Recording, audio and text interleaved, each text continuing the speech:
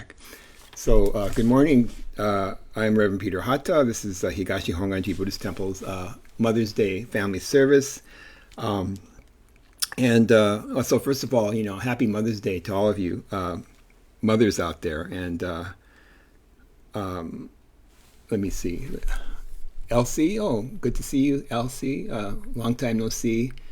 Nancy, Rob, Leslie, and Rimban, and Nicole Perlman. Nice to have you with us today. So I hope that later today, all of you mothers are treated to a wonderful dinner. Whether it's home cooked or takeout or dining out. At your local favorite restaurant. I can tell you that when I asked my wife Diane about her choices, home cooked was not one of her choices. So actually, I failed to make reservations yesterday as a good husband should have, and so we're probably going to be limited to takeout today. And I heard this news story yesterday that many of the most popular restaurants yesterday, reported being already booked up for today. So, oops. But, in a way, I think you'd agree this is actually a good thing because it shows that at least in the United States, the coronavirus threat is gradually diminishing, right? People are starting to resume their pre-pandemic activities such as eating out.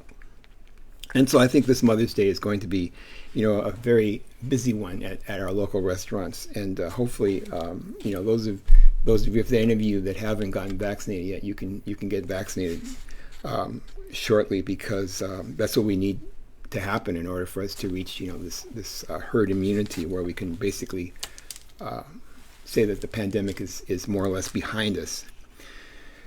But, it's really hard to believe that 1 year ago we were, right in the middle of, right in the thick of the pandemic. And so now in May 2021, I think you'd agree with me that there's really such an awful lot that we can all be grateful for.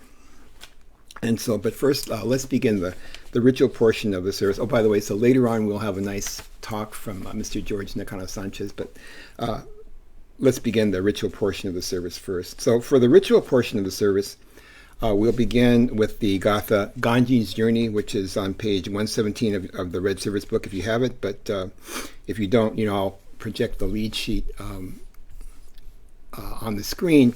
And by the way, I chose this particular Gatha because I noticed that it has one of the segments of the lyrics. It says, "We are all children of one mother, now in need of care." And so this is kind of a very, very broad understanding of the significance of mothers to us. I think hopefully you'll enjoy singing Ganjin's Journey today also. And after Ganjin's Journey, we'll have the Vandanati Sarana. And then for the chanting, we will chant the Tambutsage today, which is on page 57 of your Red Service book. But first, let's have the Gatha Ganjin's Journey.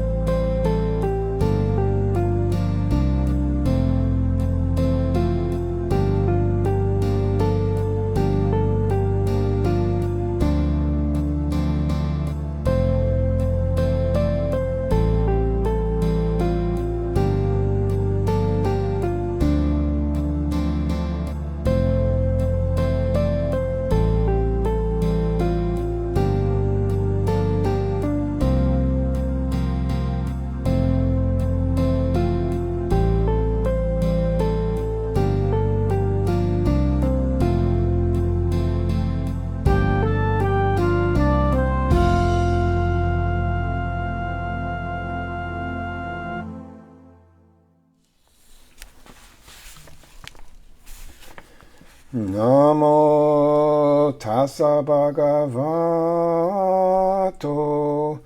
arahato samma sambuddhassa. Buddham saranam gacchami. Dhammam saranam gacchami. Sangham saranam gacchami. Difficult is it to receive life in human form, now we are living it. Difficult is it to hear the Buddha Dharma, now we hear it. If we do not receive awakening in the present life, then in what life can we hope to receive it? Let us reverently take refuge in the three treasures of the truth. I take refuge in the Buddha. May we, together as one, begin on the great path of enlightenment, holding in our hearts the supreme aspiration. I take refuge in the Dharma. May we, together as one, enter the storehouse of the Dharma and attain true wisdom as deep as the ocean. I take refuge in the Sangha. May we, together as one, uniting in harmony, strive to live for the enlightenment of all beings. The incomparable, deep, and profound Dharma is difficult to encounter, even through countless ages of kalpas. Now we are privileged to hear and receive it. Let us endeavor to thoroughly understand the true meaning of the Buddha Dharma. Namo Amida Butsu, Namo Amida Butsu, Namo Amida Butsu.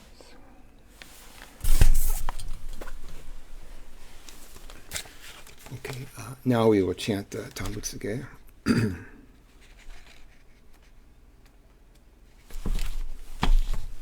see. Okay.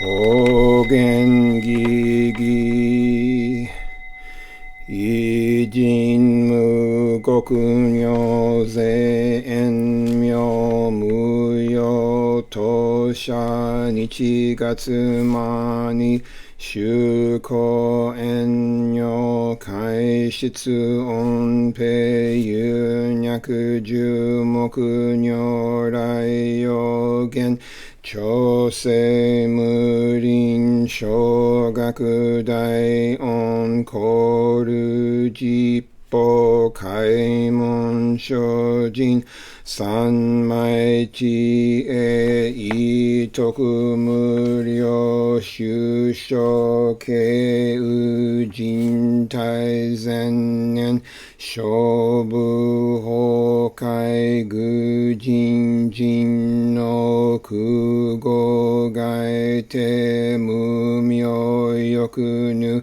se son yomu nin no shishi jin toku muryo kukun kodai chi e ingin myo Iso shindo daisen ganga sabu saisho ho kado shoji mi fugeda fuse joi kainin shojin yoze sanmai chi e ijo go se tokubu Fugyo shigan isai kuku isadai ankeshi ubu yakusen nokuman muryo daisho shunyo gojakuyo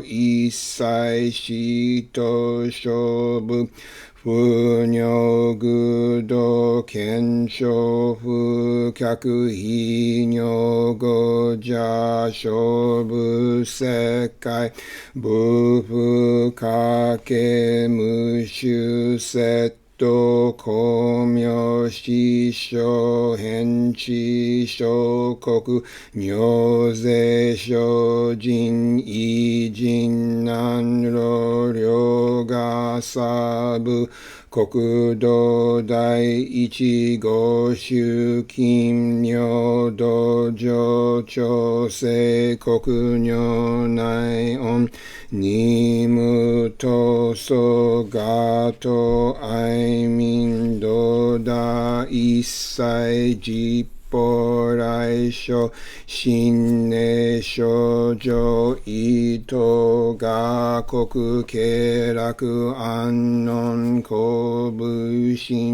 明税が新書発願お非力少々翌実法生存知恵無下上量子孫知が信行軽量心死食毒中画行精進忍術不敬ナマダブナマダブナマダブナマダブナマダブナマダブがんに宿毒平等正妻同法菩提心往生安楽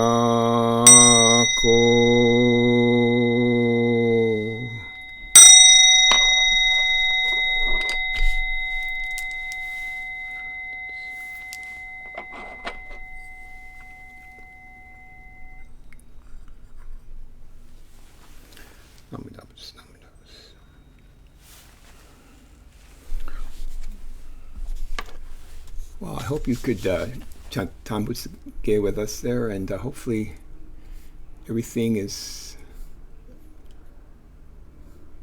okay. Cindy says the image seems unfocused, but is it still unfocused, Cindy, or is it better now?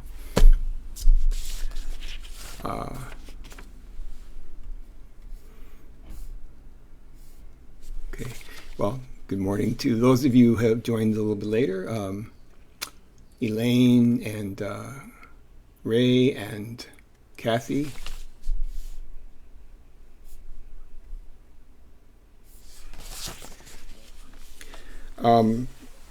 So as we do at our family services, we announce the May birthday, the birthdays for the month, and so I'd like to announce their May birthdays. So let's see.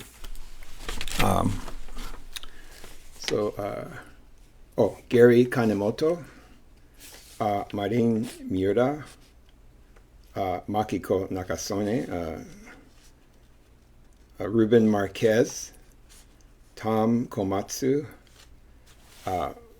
Roxy Nakano-Sanchez. Is this your 4th or 5th birthday already? And Reverend Peter Hata, myself. So let me know in the comments if I've missed any May birthdays. Any May birthdays that we missed?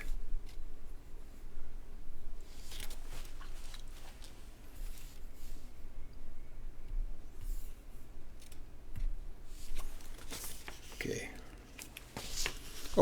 So one other thing is normally, we have a Dharma School story time on our family services, but I think since we had the Dharma School story time at last week's Shosuke service, we're going to have the Dharma School story time next week at our Tanjoi service. So look for that next week.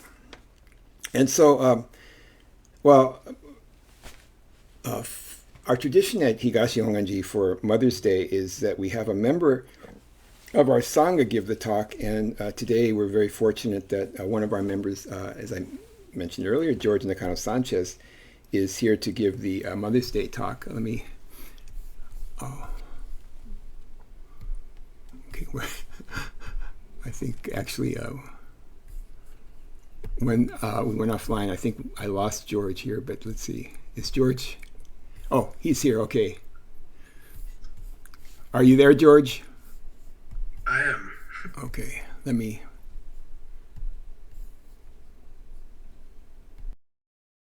Okay. So George, did you did you notice something at about 10 o'clock? Did the Zoom window close or something?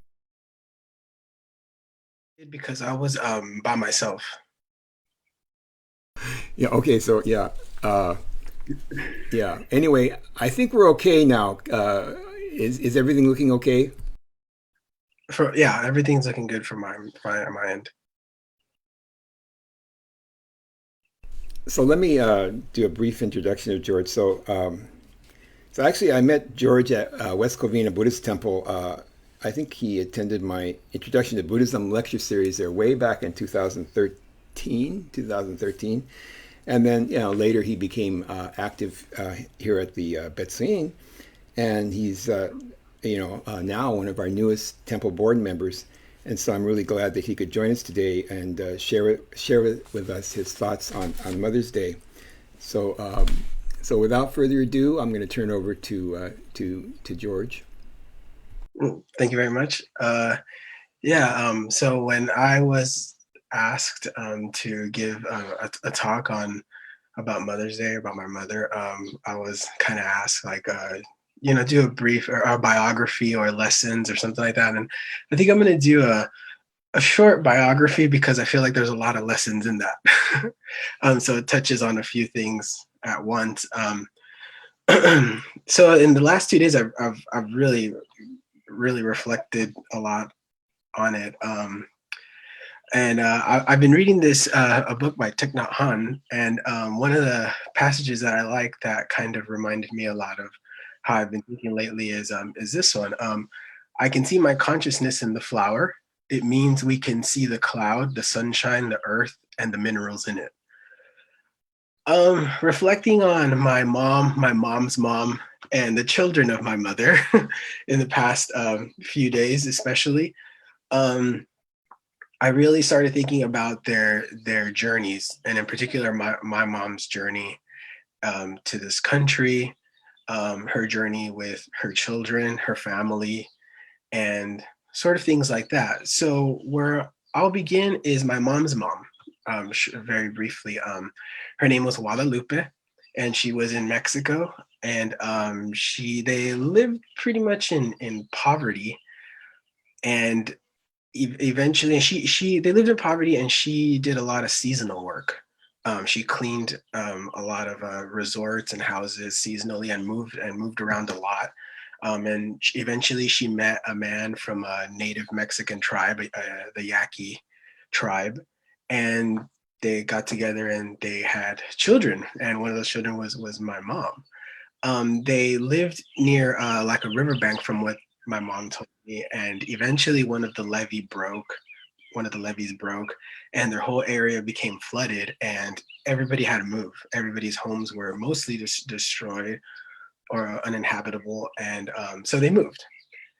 But the thing when that move came is that my grandma and grandpa decided to go their separate ways.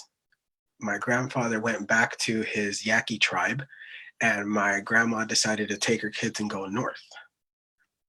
And so she went north, and she still lived in poverty while cleaning and while working. And eventually she made the really tough decision that her children were better off in an orphanage than what she could provide for them at the time. Now, my mom explained that things work a little different in orphanages over there.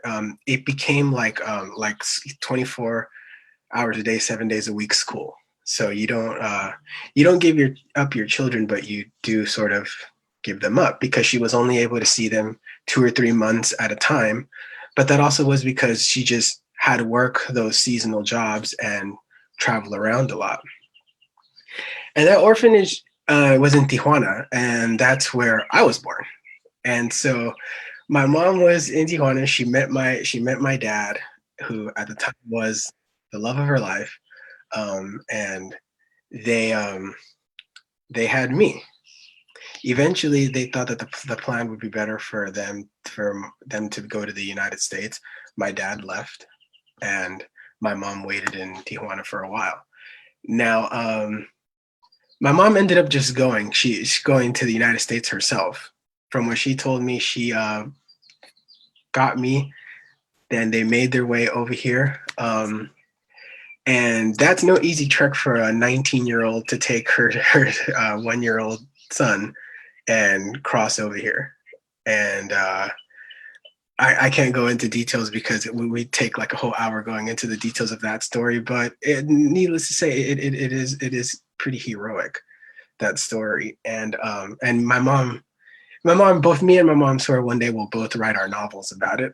and but but yeah, so she came here and she started.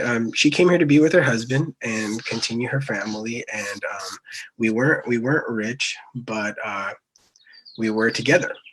And she worked, and finally, and she worked, and my dad worked, and my dad's first job was at a Japanese restaurant here.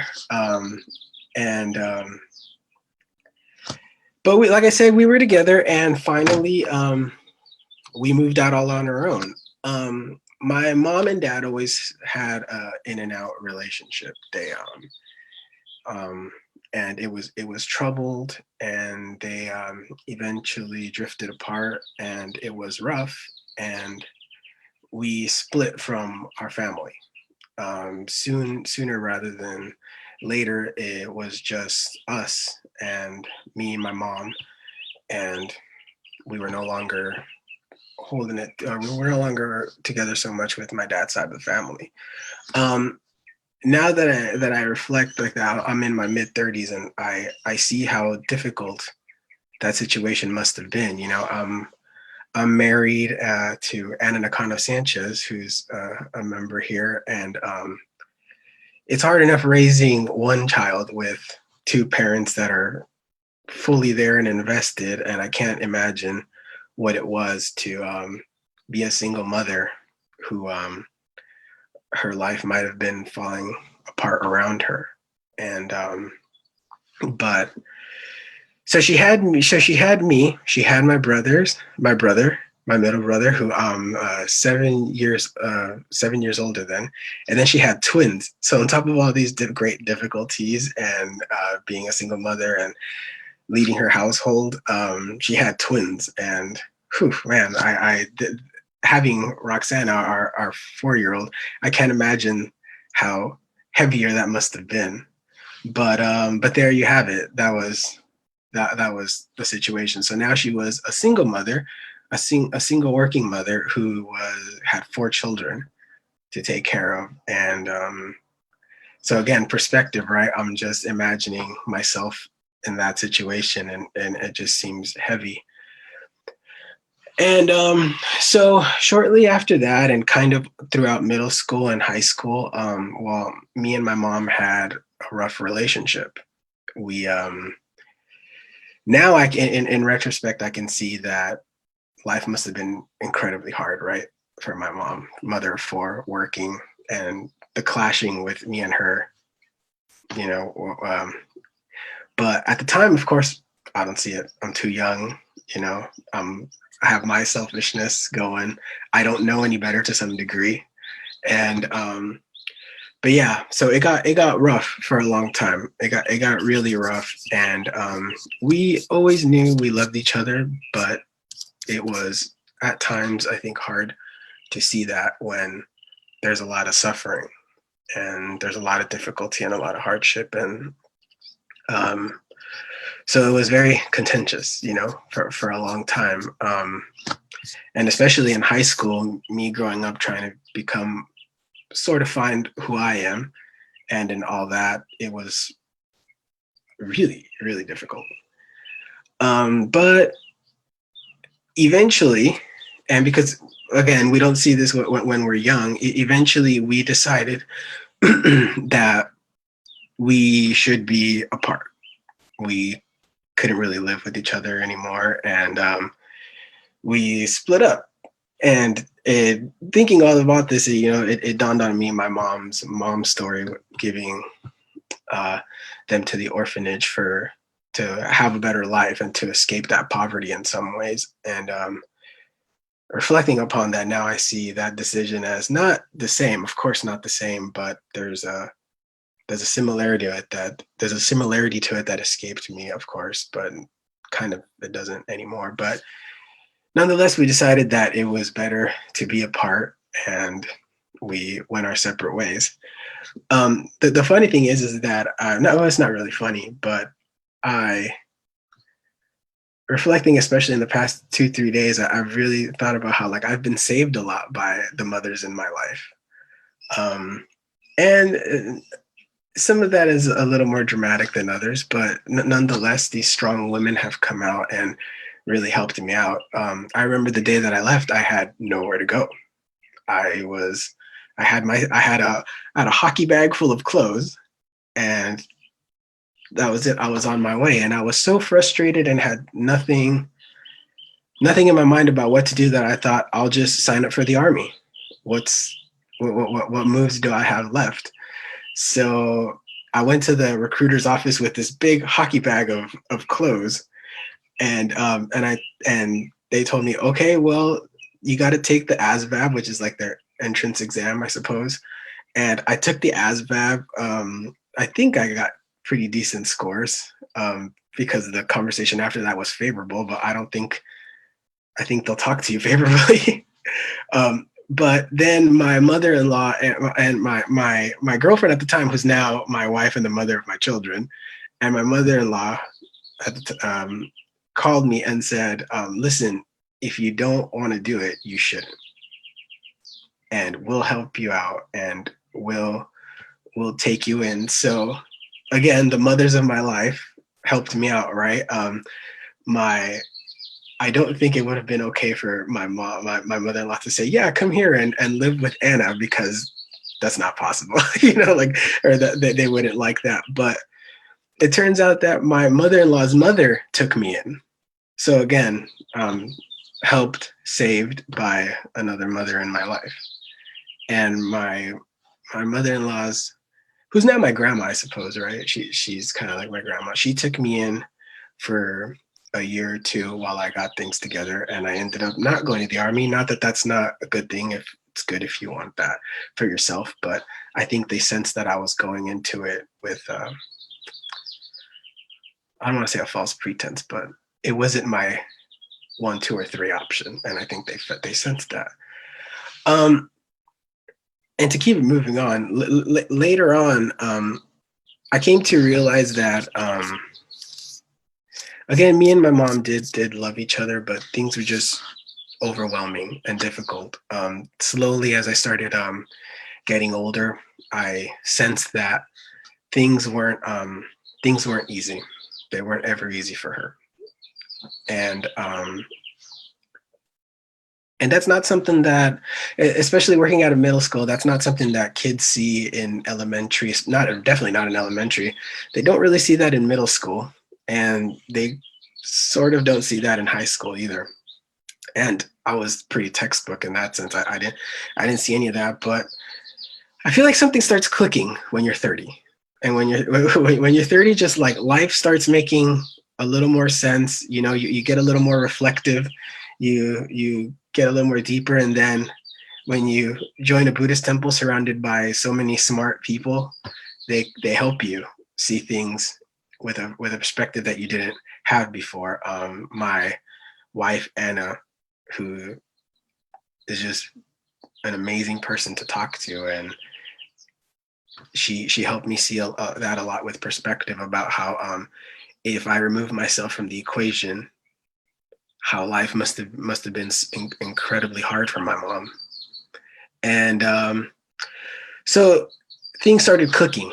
And so it was in my late 20s when our relationship sort of changed.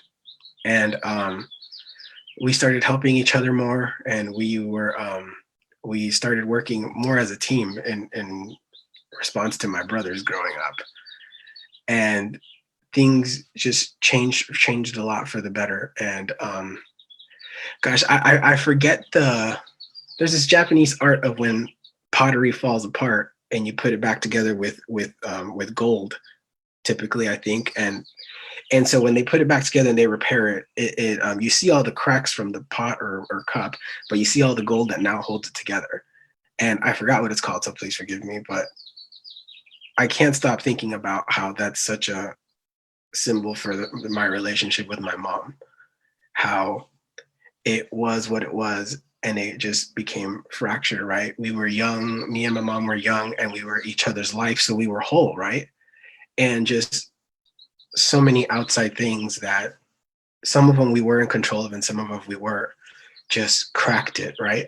And it was fractured and it hurt and we were suffering a lot, but eventually we put it together, and now it's this beautiful piece of something that has a lot of history and has a lot of experience, and now it's something different, it's something beautiful, and that in a sense is my relationship with my mom now. We've forged a new piece of pottery, so to speak. We're now something stronger, we're something more beautiful, and I think we're, at least I am, and I think she is too, we're more appreciative because it feels like we lost something there for a while, and because we know how it feels to lose it, we definitely have a deeper appreciation to have it back.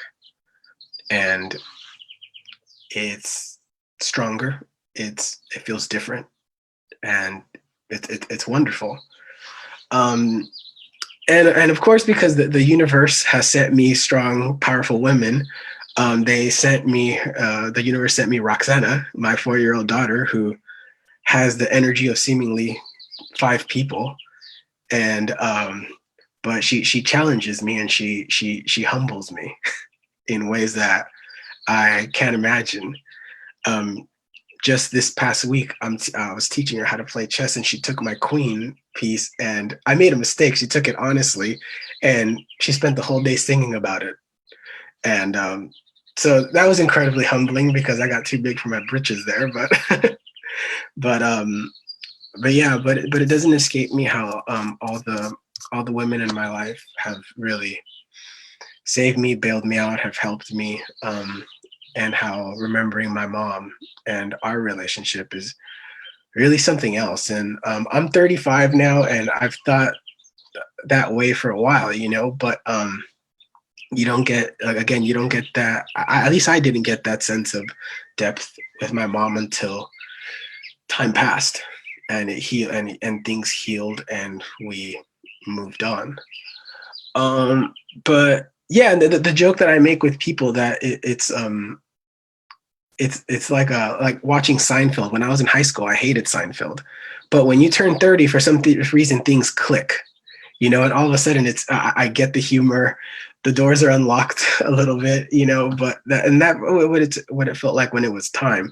But when I was young, I didn't understand that. So there's another passage here in the Thich Nhat Hanh book, that our perceptions are made of our afflictions, and it makes a lot of sense for me because sometimes I can't get over the suffering.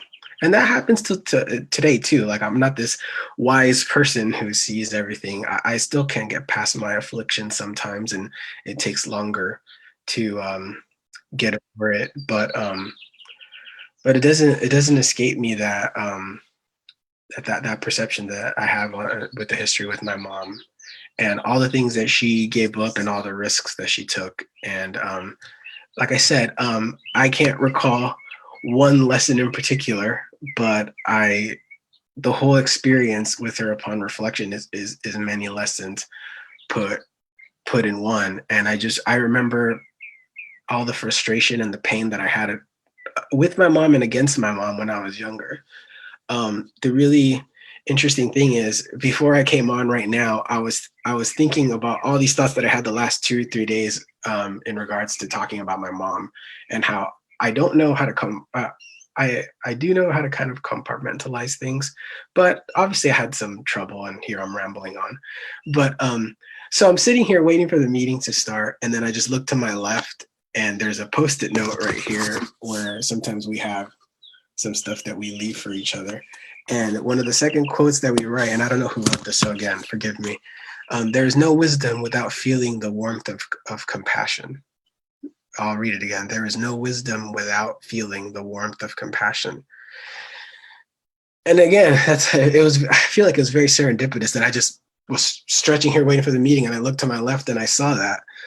Because again, that's another thing that I had in my relationship with my mom. I didn't have compassion for her for the longest time while I was young. And selfishly, I think I thought a lot more about myself, whether I was in survival mode or not, or I was going off instinct or not. I didn't really take her into account a lot of the time. But it's so true how our relationship changed when I started reflecting upon her, but reflecting upon it with compassion rather than criticizing or judgment, or thinking about how it was all wrong or how it went wrong.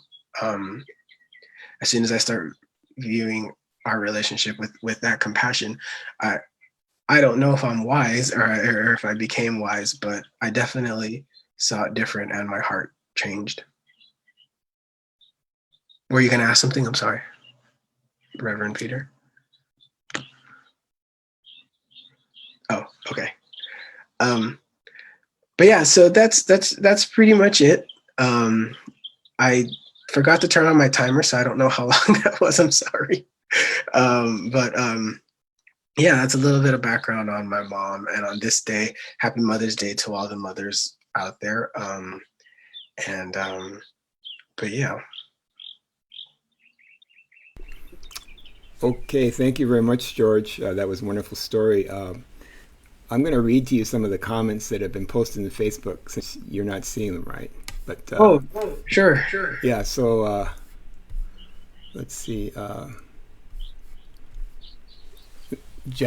Jacqueline Resendez did about 4 hearts. I'm not sure. Yuko Gabe says, the story is nice and the birds are singing. They are in fact singing. My window's open, and it's true. Yes.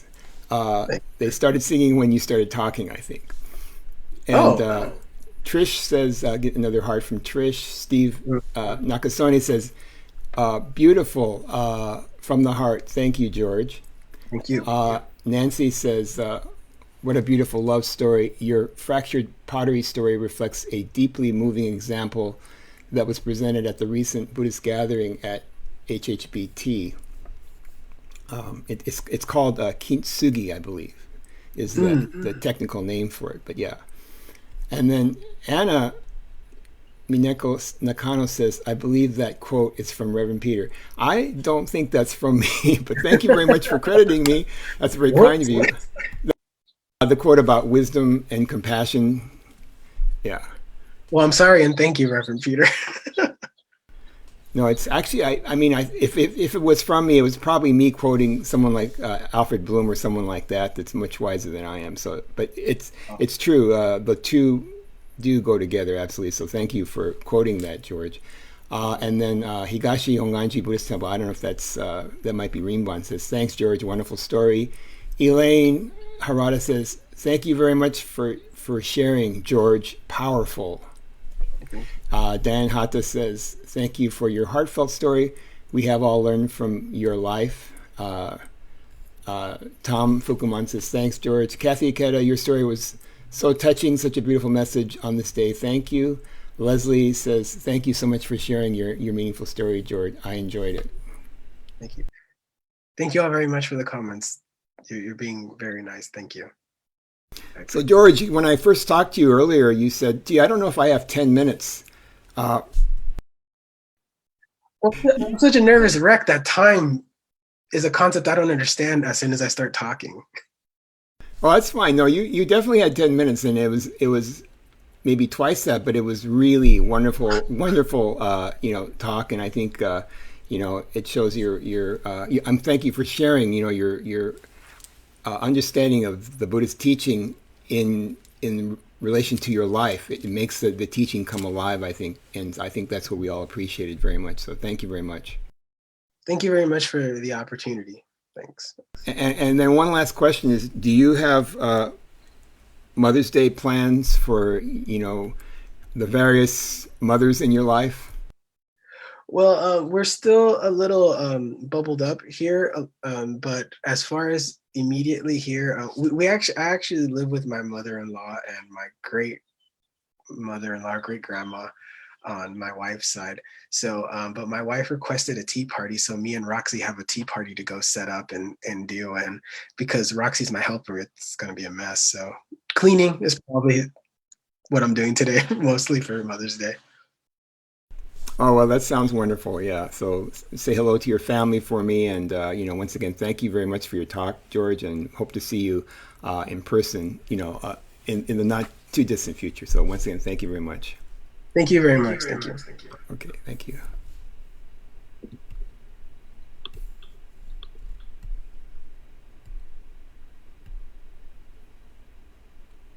Okay. Let me end the meeting here. Okay. Well, that was really wonderful. Let's see. I have some announcements here. So next Sunday will be our Tanjoy service, which of course celebrates the birth of the founder of Shin Buddhism, Shimran Shonin. The speakers will be myself in English, sorry, and Reverend Hasegawa in Japanese. So please join us for that. And I think we're hoping to, invite participation of our members in the Hondo at the Betsuin there sometime in mid-June. I think it's still on schedule to be the second Sunday in June. So the first Sunday is Shotsuki. We'll live stream that one, but hopefully by the second Sunday we will allow participation in the Hondo. As you know, as we all know, I think Los Angeles County went into the yellow tier, which is the least restrictive tier. So, hopefully with that happening, and then with all of us, practicing all the protocols that are called for in a church service or in a temple service, I think we should be safe. So I look forward to that, resuming services at the temple probably by the second Sunday in June. But official announcement hasn't come yet, so probably that will happen. Maybe at next week's Tanjoi service we'll have an announcement on that, and you probably will get an email too. But I want to thank all of you for joining our service today. We had a little streaming problem earlier, but I'm so glad that it was temporary and we were able to hear a wonderful talk by Mr. George Nakano-Sanchez. And happy Mother's Day to all of our mothers out there. And finally, thank all of you for your continued support of Higashi Huanji Buddhist Temple. And please continue staying safe. And so now, can you please join me for the Gatha Ondoksan 2?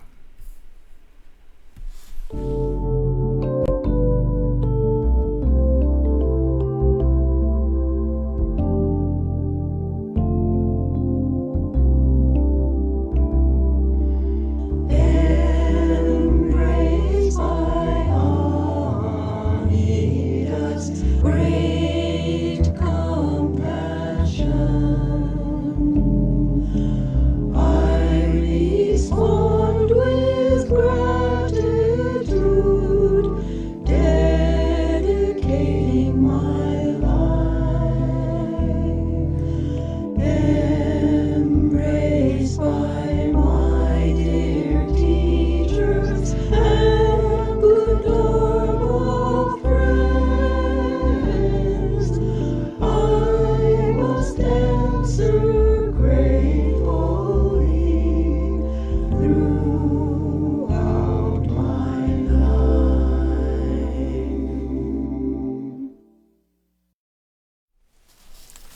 Namo Midabutsu, Namo Midabutsu, Namo Midabutsu. So once again, thank you for joining us. Happy Mother's Day to all the mothers out there, and hope to see you next week at our Tanjoy service. Thank you very much.